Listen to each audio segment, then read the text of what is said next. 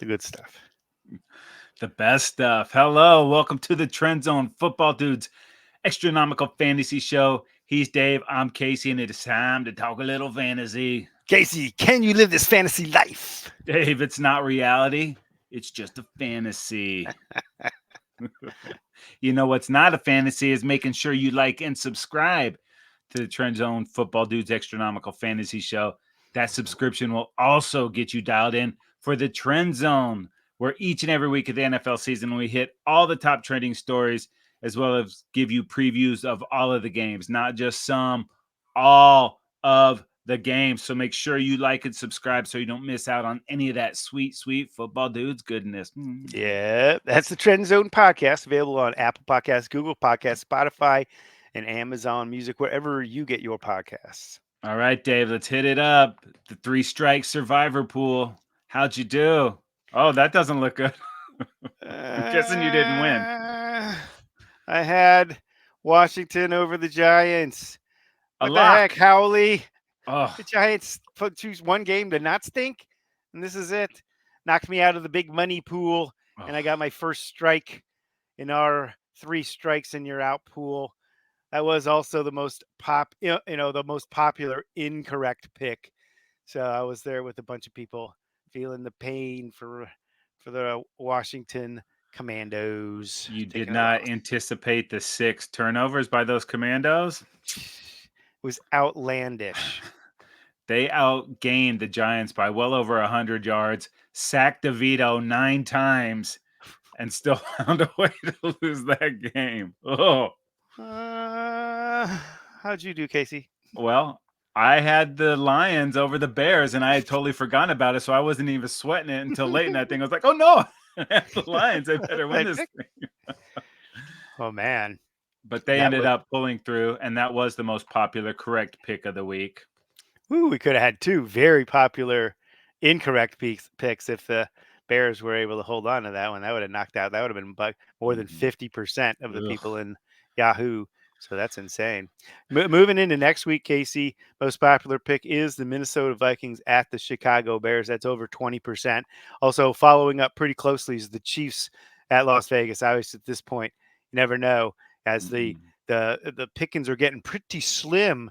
For moving forward, it seems like a lot of the teams I've picked are playing each other and then maybe playing somebody. It's a terrible matchup. It looks like I'm leaning towards Minnesota over Chicago this week. Not a super confident pick here right now, but No. I don't have a lot of options.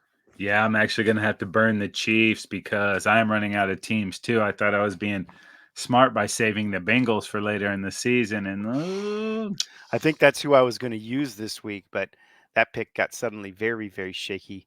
I forget who they're playing, but not yeah. no Burrow, no can do. Well, good luck to the people that are staying alive. Hopefully, they have a good team to rely on this week.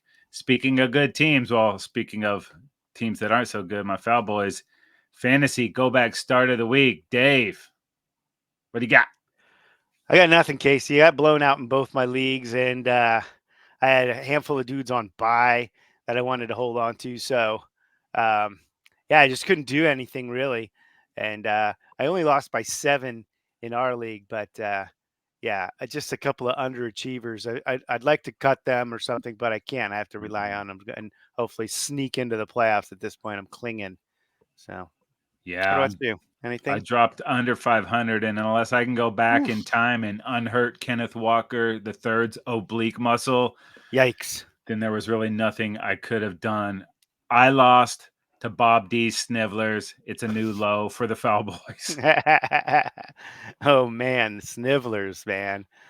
That is a Getting it low for you, done. Casey. I know. Sad. Oh, sad. Well, that's not surprising that none of my Foul Boys are on this list. And you know that I'm talking about total fantasy domination. Dave, who's your quarterback? My quarterback is Trevor Lawrence. Whew, Yeah. from Los Burros Locos. Also plays for Jacksonville. 262, 2 pass TDs, 17 rush yards, and 2 rush TDs. He lit it up. And how about Saquon Barkley for the Purple Sucketh, also on a losing streak. He had 1 rush yard in the first half, and then 83 rush yards for the game, 57 receiving yards, and 2 receiving touchdowns. And Casey, Calvin Ridley, what a day for Ridley, man. And the Snifflers. I guess you're familiar with this Yeah, performance. 18 rushing yards, 103 receiving yards, and 2 receiving touchdowns. Calvin lit it up. I know. I was like, the Snifflers haven't scored 118 points all season together, cumulatively, and they get it on Sunday. And it was George Kittle for the Bang Dangs, 89 receiving yards and 1 receiving touchdown. All right. We do our league through NFL.com, 12-team league, non PPR, no flex, 3 wides, 2 running backs, 6 points for a touchdown by the quarterback, as it should be. But Dave, only 5 roster spots, bench spots. Got to Brutal. churn. It is so brutal, especially when you get a couple injuries and all these bye weeks. So Yeah. tough decisions every week. And speaking of tough decisions, if you choose to submit a waiver claim or not, can really impact your outcome. Yeah, our waiver type is moved to last after claim never reset. So after a successful waiver claim, you are then pushed back to the lowest waiver priority. If you decide not to take a player, your position goes up, up, up, like my position being number 1 right now. We'll see if I decide to exercise my power this week and take the player of my choice, or if I hold back and still retain that number 1 status and just grab a free agent to band-aid my team up a little bit. You know you can't take it into next season. I know. It's, darn it. You just like holding it. You don't even want it. You just It's a like it's your precious. glorious position. All right, Dave, what do you got going on at quarterback? All right, so taking a look at quarterback, Casey, we've mentioned him a number of times now, and he continues to pan out. No one seems to want to let Russ cook, but he is out there still available in our league. So not a ton of yards with 3 TDs in his last 2 games, averaging 21 fantasy points per game over his last 3. Does have a tough matchup against the Browns, but in a pinch, he's been putting together some good high efficiency performances. Yeah, we'll see if they can move the ball. A lot of tough matchups for the teams not on buys this week. Another one. It's time to shake and bake, baby. Baker Mayfield going up against those Colts. 3 of his last 4 games with over 20 fantasy points. So if you're in a pinch, Baker is someone good to look at. Dave, what about running backs? Yeah, how about Jeff Wilson Jr. versus the Jets? The Jets are a great defense, but they're not that great at stopping the run. That's their weak spot. I believe they're 31st in the NFL, and uh, averaging 4.9 yards a carry. Scored 6 touchdowns in 16 games last year. McDaniel says Achane might be able to go on Friday, but I think that's pretty doubtful. Salvon Ahmed is on IR.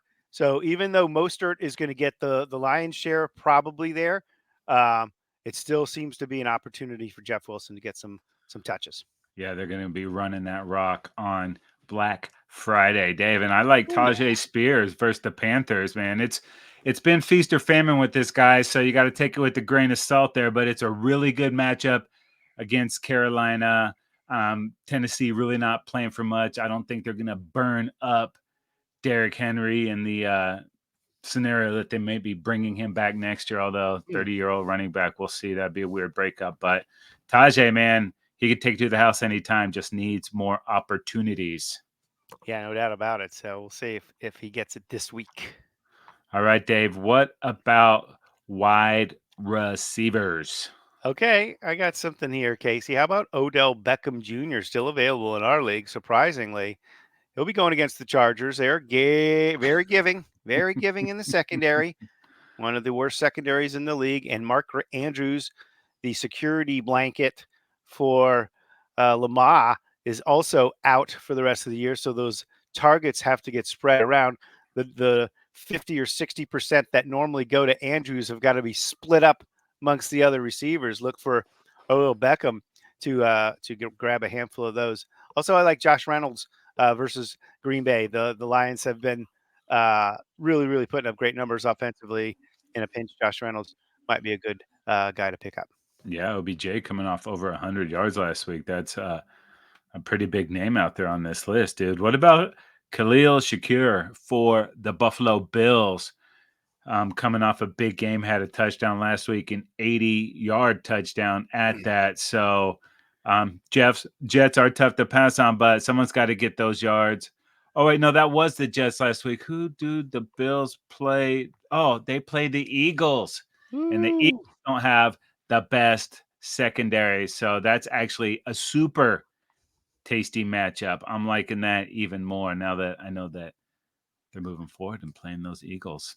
All right, Dave, what about tight end?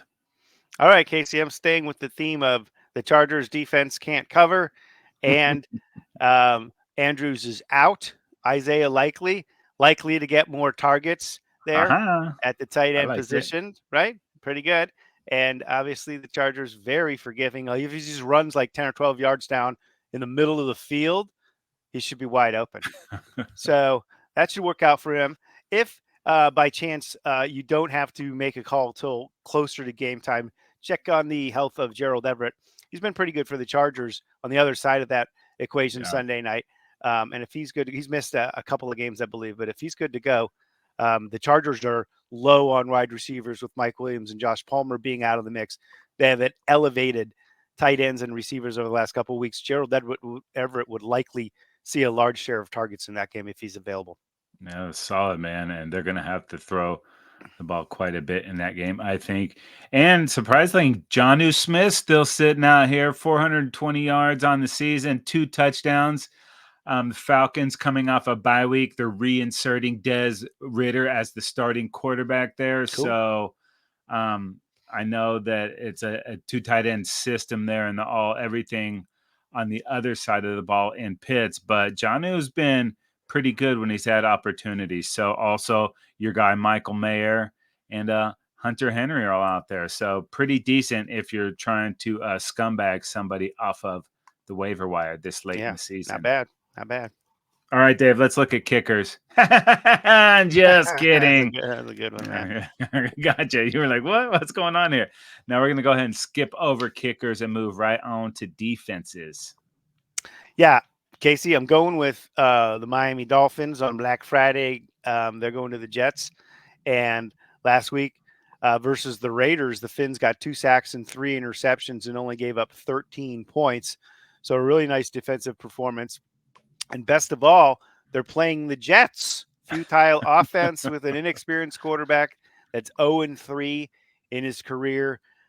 This looks like an opportunity for the Jets, the Dolphins, who can get after the quarterback pretty decently, maybe to get a couple of sacks and maybe sack fumbles, create some turnovers in there. So it looks like the Dolphins might be feasting on the Jets. Oh, I like it. A little worried about the quarterback for this one, but the Vikings hosting the Bears. They've been getting after opposing offenses pretty well there, but Justin Fields kind of a wild card there running the ball. So Dave, even though these guys gave up 70 points a few weeks ago, how about the Denver Broncos hosting the Cleveland Browns? DTR's first game to Mile High. It's probably going to be low scoring, points hard to come by, lots of defensive plays, lots of turnovers. I think you could do okay with the Broncos this late in the No season. doubt. After the disastrous start to the Broncos' defensive season, the last 3 games, they've really put together some really nice performances. So I expect that to continue into this matchup. Yeah, my Sooner Nick Benito over there getting it done, baby. Oh, yeah. Hey, make sure you subscribe to the Trend Zone podcast each and every week of the NFL season. As we mentioned at the top, we give you top trending stories and previews of all the games. Once again, that's a Trend Zone podcast available on Apple Podcasts, Google Podcasts, Is Spotify, Amazon Music. It's all there, folks. All right. And hey, while you're out there dominating your fantasy league, go ahead and bookmark footballdudes.com. That is your new favorite home for everything football. We like football in these parts. I like football. Dave likes football. I see a football right behind you. Oh, I got one right behind me as well. Look at that. Hey. We're dudes with footballs. We're football dudes. Speaking of football dudes, thanks for listening to the Trend Zone Football Dudes Extranomical Fantasy Show. We're not the suits that talk football. We're the dudes that know football, and may your reality and fantasy meld into one Extranomical football weekend. Have a happy Thanksgiving out there. We will catch you soon.